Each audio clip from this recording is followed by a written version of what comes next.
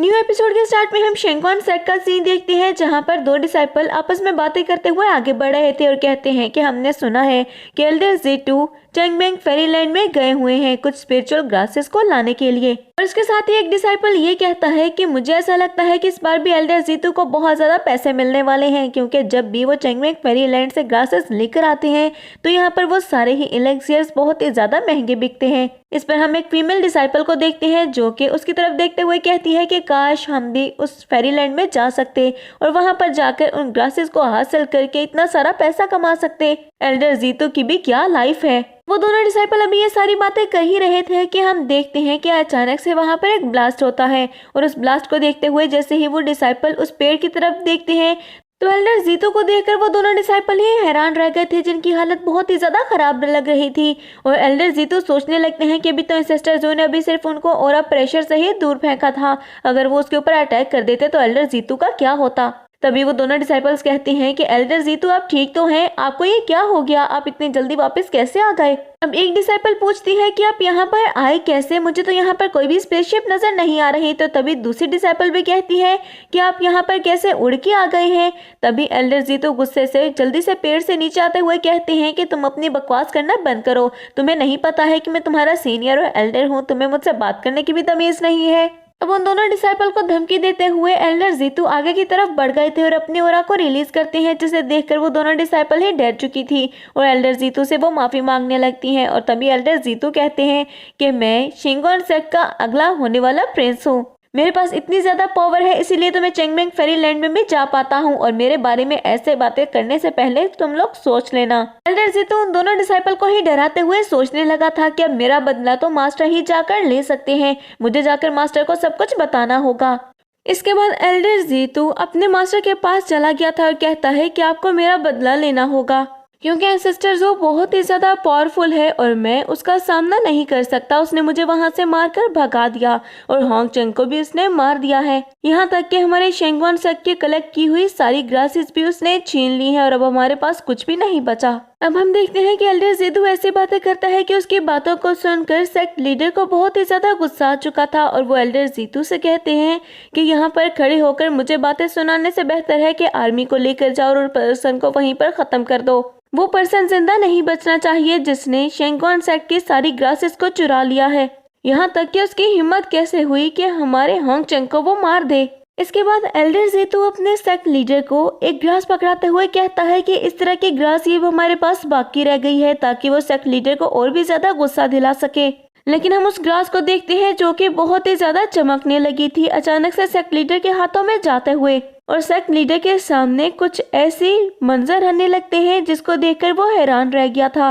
और कुछ ही देर में वो उस ग्रास के ओरिजिन को जान लेता है और इसके साथ ही उसकी बॉडी से बहुत ही ज्यादा ऑरा भी निकलने लगा था और वो कहता है कि ऐसा कैसे हो सकता है, मैं ब्रेक थ्रू कर पा रहा हूँ, मुझे समझ आ गया है कि मैं इतने सालों से ब्रेक थ्रू क्यों नहीं कर पा रहा था। हम देखते हैं कि उस सारी जगह पर बहुत ज्यादा ऑरा और रोशनी फैल जाती है और ये देखकर एल्डर ज़ीतू भी सोचने लगा था कि ऐसा कैसे हो सकता है, ये तो इतने टाइम से ब्रेक थ्रू नहीं कर पा रहा था तो फिर अब ये कैसे ब्रेक थ्रू कर सकता है, वो भी अचानक से। अब एल्डर ज़ीतू सोचने लगता है कि मैंने तो कभी भी नहीं सोचा था कि ये पर्सन कभी ब्रेक थ्रू भी कर लेगा, मुझे तो ये चेयर चाहिए थी। लेकिन हम देखते हैं कि इतने में सेक्ट लीडर एल्डर ज़ीतू के पास पहुंचते हुए उसे धमकी देते हुए कहता है कि मुझे उस पर्सन के बारे में बताओ, तुम बहुत ही ज्यादा चालाक हो, मेरे ही हाथों से उस पर्सन को मरवाना चाहते थे जबकि वो पर्सन बहुत ही ज्यादा पावरफुल और खास है जिसकी वजह से आज मैं ब्रेक थ्रू कर पाया हूँ। मुझे जल्दी से जल्दी उस पर्सन से मिलना है ताकि मैं उसे अपनी टीम में शामिल कर सकूँ। नेक्स्ट सीन में हम सिस्टर ज़ू को देखते हैं जो कि अभी तक ज़ेंगचेंग पेविलियन हाउस में ही मौजूद थे और वहाँ पर बहुत सारी ग्रासेस मौजूद थी।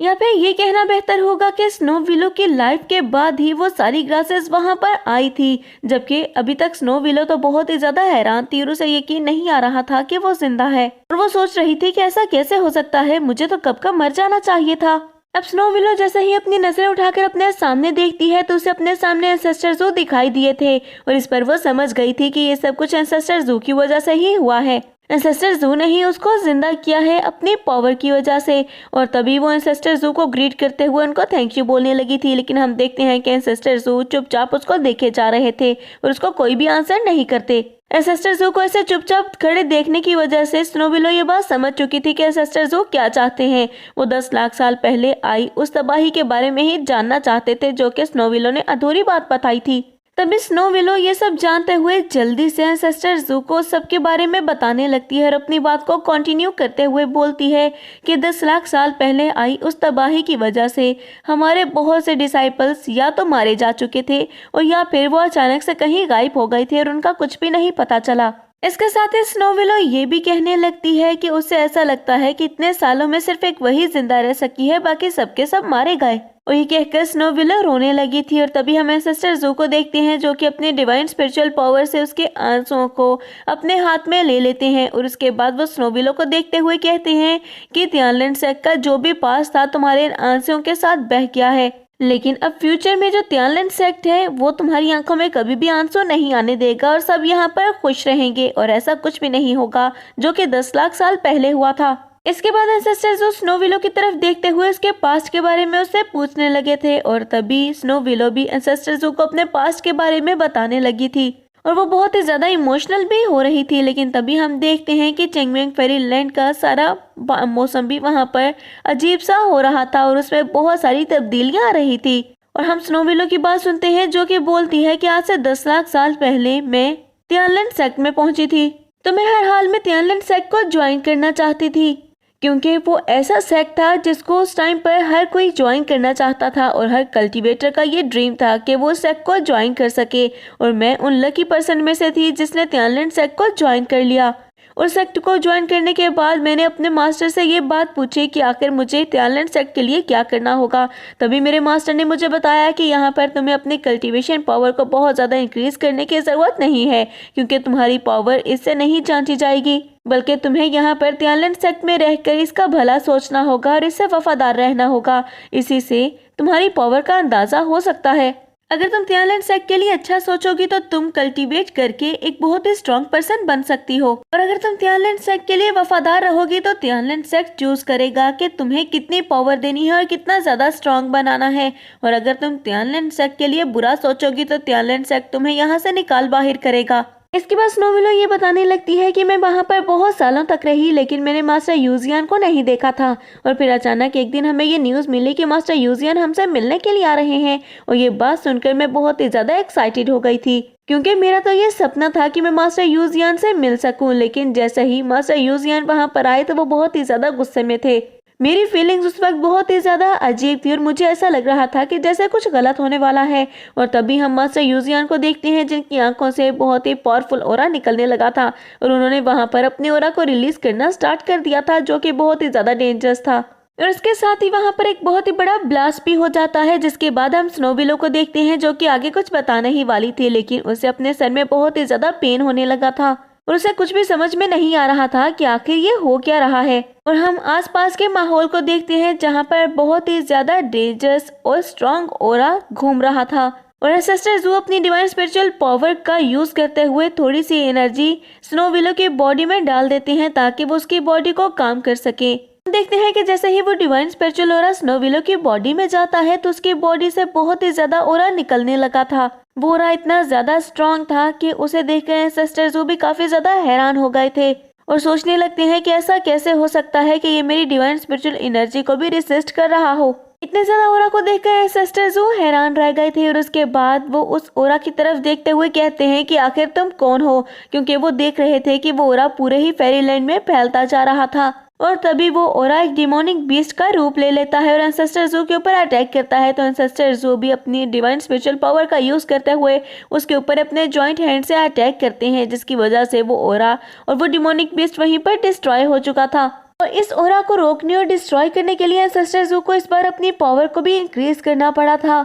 लेकिन हम देखते हैं कि जैसे ही वो ऑरा वहाँ पर डिस्ट्रॉय हुआ था तो वहाँ पर फेरीलैंड का सारा मौसम फिर से बदलने लगा था। और इसके साथ ही हम स्नो विलो को भी देखते हैं जो कि बेहोश होकर नीचे जमीन पर गिर गई थी। कुछ देर में हम स्नो विलो को देखते हैं जिसे फिर से अपने सर में बहुत ही ज्यादा पेन होने लगा था और वो खड़े होते हुए एंसेस्टर ज़ू की तरफ देखते हुए कहती है कि आखिर ये मेरे साथ हो क्या रहा है और मैं अपने पास्ट को याद क्यों नहीं कर पा रही हूँ। जिस पर एंसेस्टर ज़ू से बोलते हैं तुम्हारे पास्ट को यहाँ पर डिस्ट्रॉय कर दिया गया है। और इसके साथ ही हमें पता चलता है कि उस ओरा ने डिमोनिक बीस्ट का रूप लेते हुए जैसे ही एंसेस्टर ज़ू के ऊपर अटैक किया था, तो इसके साथ ही स्नो विलो की सारी पास्ट की मेमोरीज को भी डिस्ट्रॉय कर दिया था। यानी कि कोई बहुत ही स्ट्रॉन्ग पर्सन था जो कि ये बिल्कुल भी नहीं चाहता कि एंसेस्टर ज़ू को 10 लाख साल पहले आई तबाही के बारे में या फिर पास्ट के बारे में पता चले। और यहाँ पर तो एंसेस्टर ज़ू को अभी तक अपने पेरेंट्स के बारे में भी नहीं पता था। अब हम एंसेस्टर ज़ू को देखते हैं जिन्हें बहुत ही ज्यादा गुस्सा आ गया था और वो कहते हैं कि सिर्फ मुझसे पास्ट को छुपाने के लिए उन्होंने तियानलेन सेक्ट के हर डिसाइपल के ऊपर एक ऐसी सील लगा रखी थी जिसकी वजह से कोई भी सच को ना जान पाए। लेकिन आखिर मैं हूँ कौन और क्यों मैं गॉड पावर्स को समन कर पाता हूँ? आखिर मेरे पास इतनी ज्यादा पावर्स क्यों हैं? एंसेस्टर ज़ू खुद की तरफ देखते हुए ही कहते हैं कि आखिर जो इस डिमोनिक बीस्ट को मारने के लिए मैंने पावर का यूज किया था, वो पावर मैंने कहाँ से सीखी? आखिर इतनी पावर मेरे पास क्यों है और मैं कौन हूँ? तभी हम स्नो विलो को देखते हैं जो कि एंसेस्टर ज़ू के पास आते हुए उनसे कहने लगती है कि आखिर कोई आपके पास्ट को छुपाने के लिए 10 लाख साल पहले ऐसा क्यों करेगा? क्या 10 लाख साल पहले ही किसी को ये बात पता थी कि आपका फ्यूचर क्या होने वाला है? स्नो विलो भी काफी ज्यादा हैरान हो चुकी थी और वो एंसेस्टर ज़ू से कहती है कि ये जिसने भी किया है वो कोई आम पर्सन तो बिल्कुल भी नहीं हो सकता, बल्कि वो बहुत ही ज्यादा कोई स्ट्रॉन्ग पर्सन होगा। लेकिन हम देखते हैं कि वहाँ पर अभी वो ये सारी बातें कर ही रही थी कि तभी शेंगवन सेक्ट की स्टारशिप वहां पर आ जाती है। लेकिन हम देखते हैं कि जैसे ही शेंगवन सेक्ट का सेक्ट लीडर वहां पर पहुंचता है तो वो ये सब कुछ देखकर हैरान रह गया था और सोचने लगता है कि आखिर चेंगमेंग फेरीलैंड का आसमान कहां पर चला गया। तो एल्डर जी तो जल्दी से आगे आता हुए कहता है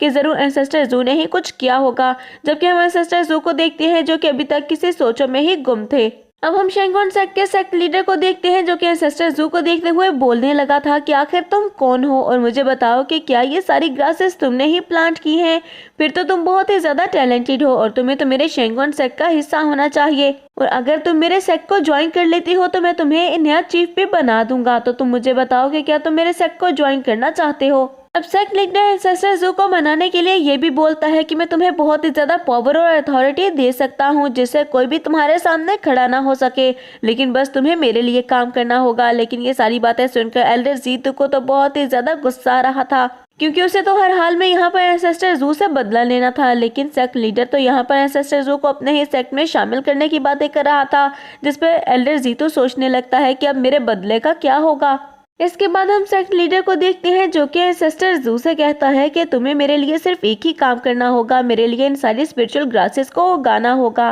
ताकि मैं इनसे ब्रेक थ्रू कर सकूं, और इसके बदले में तुम्हें वो सब कुछ मिलेगा जो कि तुम चाहते हो। लेकिन हम एंसेस्टर ज़ू को देखते हैं जिन्हें सेक्ट लीडर की बातें सुनते हुए बहुत ही ज्यादा गुस्सा आ चुका था और वो ये भी समझ चुके थे कि 10 लाख साल पहले आई तबाही के पीछे बहुत ही ज्यादा पावरफुल गॉड्स का हाथ है, और इसीलिए ही मास्टर यूजियान ने एंसेस्टर ज़ू को इस सब के बारे में नहीं बताया था। अब हम देखते हैं कि एंसेस्टर ज़ू की आंखों से बहुत ही ज्यादा ओरा निकलने लगा था और उसी ओरा की वजह से वहां पर सेक्ट लीडर की बॉडी आहिस्ता आहिस्ता राख में बदलने लगी थी। उसकी बॉडी कुछ ही देर में डिस्ट्रॉय हो जाती है। उसके बाद एंसेस्टर ज़ू अपनी स्टारशिप में आ जाते हैं स्नो विलो के साथ, और फिर वो नए गॉड को मारने के लिए निकल चुके थे। लेकिन ये बात 9th रीलम में फैल जाती है कि शेंगवन सेक्ट का लीडर मारा जा चुका है। नेक्स्ट सीन में हम लॉन्गजी हाउ गेट देखते हैं जहां पर एक डिसाइपल बहुत ही तेजी से उस गेट की तरफ पहुंचा था और उसके बाद भागते हुए अपने मेन हॉल की तरफ जाने लगा था। और वो डिसाइपल पीछे से ही चिल्ला रहा था कि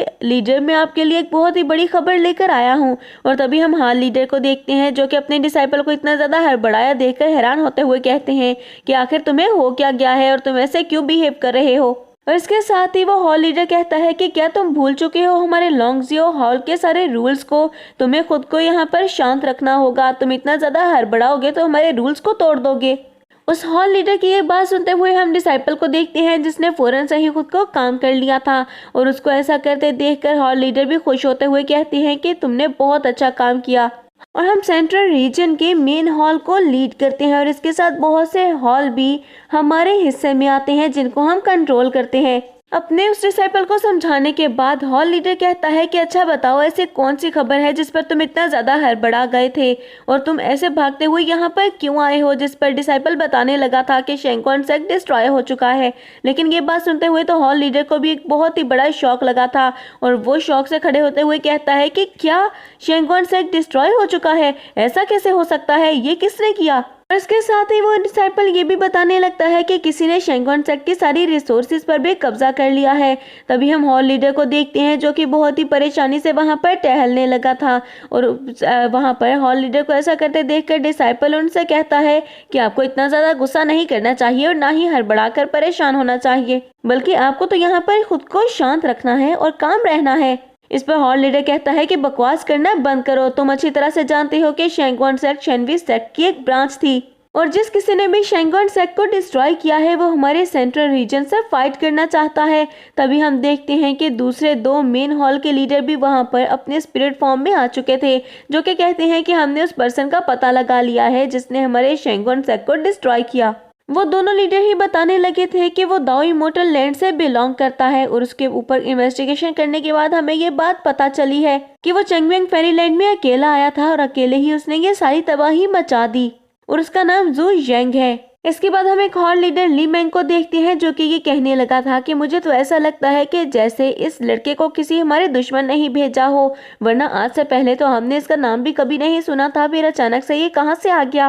और शेंगॉन सेक्ट को डिस्ट्रॉय करने का तो सिर्फ एक ही मतलब है कि वो हमें ये पैगाम देना चाहता हो कि वो हमसे फाइट करना चाहता है। इसके साथ ही ली मेंग ये भी कहता है कि मुझे तो कुछ भी समझ में नहीं आ रहा कि एक मामूली सा पर्सन ऐसा कैसे कर सकता है, इसके पीछे जरूर किसी पावरफुल पर्सन का हाथ है। और तभी हम मेन हॉल लीडर जाओ तियान को देखते हैं जो कि अपने उन लीडर्स की बातें सुनते हुए कह रहे थे कि हाँ, मुझे भी यही लगता है कि ये किसी दुश्मन का ही काम है। एक पर्सन कभी भी इतना ज्यादा पावरफुल नहीं हो सकता है कि वो अकेला ही एक सेक्ट को डिस्ट्रॉय कर सके, इतनी पावर तो हमारे पास भी नहीं है। तो जरूर हमारे दुश्मनों ने इसे बलि का बकरा बनाकर हमारे सामने पेश किया है ताकि उसके बाद हमारा सारा ध्यान इसके ऊपर चला जाए और वो अपने प्लान में कामयाब हो जाए और हमारे ऊपर अटैक करके हमारे सारे रीजन्स को वो हासिल कर सके। इसके साथ ही जाओ तियान ये भी कहता है कि हमारे ऊपर बहुत ही बड़ा खतरा आ सकता है, इसलिए हमें चौकन्ना रहना होगा। तभी वो दोनों हॉल लीडर भी ये कहने लगे थे कि अगर ऐसी बात है तो हमें सबसे पहले इस यू जेंग को पकड़ना चाहिए